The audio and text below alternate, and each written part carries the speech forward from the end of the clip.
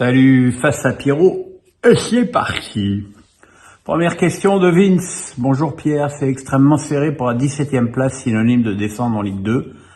Pour vous, qui va descendre entre Strasbourg, Auxerre, Brest et Nantes? C'est très très difficile de répondre à cette question parce que les calendriers de ces équipes sont peut-être un peu moins pour Nantes. Nantes, ils ont quand même failli perdre à domicile contre Troyes, donc c'est sûr qu'à partir de là, ça remet en perspective les matchs soi-disant faciles. Ce qui est incontestable, c'est que Strasbourg est la seule équipe des 4 que tu viens de citer qui a gagné ce week-end. Un match difficile à Reims en plus. Mais évidemment, dès vendredi, ils reçoivent Lyon. Donc c'est difficile. C'est difficile et c'est cruel parce que 4 relégations dans un championnat, c'est quand même un peu raide. Et toujours Vince qui me dit: est-ce qu'on respecte la Coupe de France de la faire jouer en même temps qu'une journée de championnat? Non Vince, on ne respecte pas la Coupe de France en faisant jouer une finale en même temps que du championnat, mais d'une manière générale, on ne respecte jamais la Coupe de France. On fait des matchs en semaine à 18h, tout ça pour faire plaisir aux télés. Tout ça n'a pas de sens. Mais j'ai envie de dire aussi qu'il y a des tas de clubs qui ne respectent pas la Coupe de France en faisant tourner leur effectif. Donc voilà, c'est pas comme s'il y avait maintenant il y a plus de Coupe de la Ligue, donc il y a quand même que 2 façons d'avoir des trophées en France. Et je trouve qu'il y a beaucoup de clubs qui galvaudent cette épreuve. Ilyes Bouna me demande: est-ce que tu penses que Zidane viendra un jour pour entraîner Paris? Alors Ilyes, si j'étais un intime de Zidane, ça se saurait. J'ai envie de dire, c'est pas qu'on s'en fout, mais que c'est pas le problème, quoi. Et normalement, c'est même pas le problème du PSG. Non, oui, bonjour, dis bonjour aux gens, bonjour les gens, bonjour. Oui, c'est même pas le problème du PSG. Le PSG va pas courir après une chimère pendant des semaines pour aller prendre un entraîneur au dernier moment. Voilà, je pense que toutes les bêtes sont là. Voilà, je pense que moi, je pense pas que ce soit une bonne idée de lui courir après. Voilà. Alors, Guillaume Maljean me dit: Pierrot, quel serait le meilleur entraîneur pour remplacer Galtier, ou penses-tu qu'il doit rester? J'aime bien humainement Christophe, malgré toutes les saloperies qu'on peut dire sur lui en ce moment, mais il y a des choses qui ne me plaisent pas. Je supporte plus que Solaire soit titulaire à tous les matchs, en étant photomatique tous les matchs. Je ne supporte pas qu'on fasse la promo de Zahir Emery pour le faire jouer 2 minutes. Je ne supporte pas qu'on ait investi 35 millions pour étiqueter et qu'on ne fasse même pas jouer 20 minutes contre la lanterne rouge du championnat alors que le club mène 2-0. Voilà, il y a des tas de choses qui m'énervent profondément.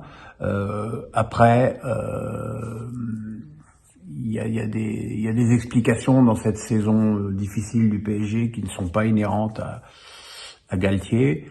Je pense que j'y reviendrai un petit peu plus tard. Mais pour répondre à la question, moi, si j'avais le choix, j'investirais sur du long terme.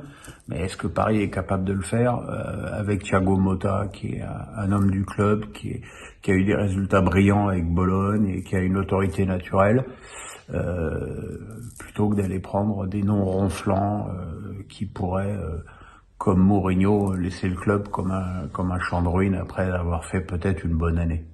JB ou JB.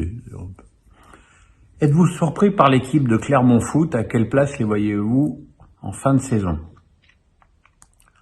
Oui, je suis surpris parce que quand on parle des équipes qui se battent pour la dernière place pour le maintien, que ce soit Strasbourg, Nantes, Brest ou Auxerre, Je trouve que sur le papier, je dis bien sur le papier, ces 4 clubs ont un meilleur effectif que Clermont. Et pourtant, Clermont est dans les 10 premiers du championnat et pratique un jeu très intéressant.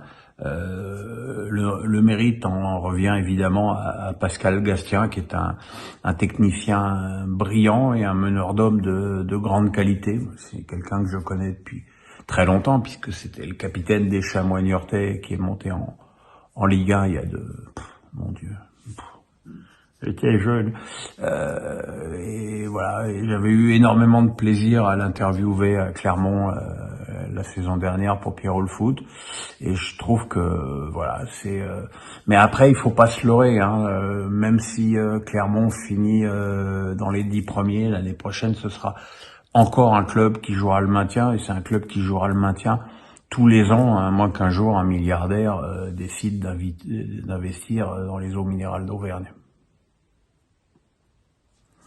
David Giraud me dit « Bonjour, que penses-tu de la tenue des centres de formation en France, et en particulier celui de l'OM, qui se voit rompre un grand nombre de contrats jeunes ?» Alors il y a deux problèmes dans ta question. Il y a les centres de formation, dont certains sont extrêmement brillants, comme celui de Lyon et du PSG et de Monaco. Et puis il y a celui de l'OM qui n'est pas, comment dirais-je, un cas qui est un cas isolé. Hein. Je veux dire, faire de la formation, ça se décrète pas. Pablo Longoria est pas arrivé il y a 1 an et demi au club en disant allez, il va faire de la formation. Non, ça se décide, il y a des recrutements, il y a un travail de fond, et puis il faut énormément de patience. Et je suis pas certain que l'OM ait de la patience pour amener des jeunes à pouvoir débuter en équipe première. C'est un autre problème pour le Paris Saint-Germain, qui lui, pour le coup, forme énormément de joueurs qui parfois vont briller ailleurs, hein, Maignan, Nkunku, Coman, Dina Timbe, mais là aussi il n'y a pas de patience, et ça se voit avec Zahir Emery qui a tout à fait le niveau d'être titulaire dans ce PSG-là, avec ces milieux-là, mais qui joue pas. Alex 2475 me fait la rumeur Mourinho à Paris. Penses-tu qu'il serait l'entraîneur idoine pour le PSG? Alors à titre perso, Alex, mais vraiment à titre perso, non. Je le supporte pas, j'ai jamais pu le supporter, je supporte rien chez lui. Je supporte pas, et c'est quand même pour moi la chose la plus importante, le football qu'il préconise, qui est pour moi avant tout un football de distraction, qui est en total désaccord avec ce que le PSG aime à proposer, en tout cas depuis que les Qataris sont là, et qui sont plutôt... alors certains diront que c'est du bling-bling, d'autres peuvent dire que c'est aussi un projet de jeu un petit peu flamboyant. Voilà, et puis regardez d'abord Mourinho, ça fait quelques années que c'est moins bien que ça n'a été. Et puis Mourinho, partout où il va, c'est plutôt bien, voire très bien la première saison, et il part en laissant un champ de ruines. Donc moi, Mourinho, je suis contre.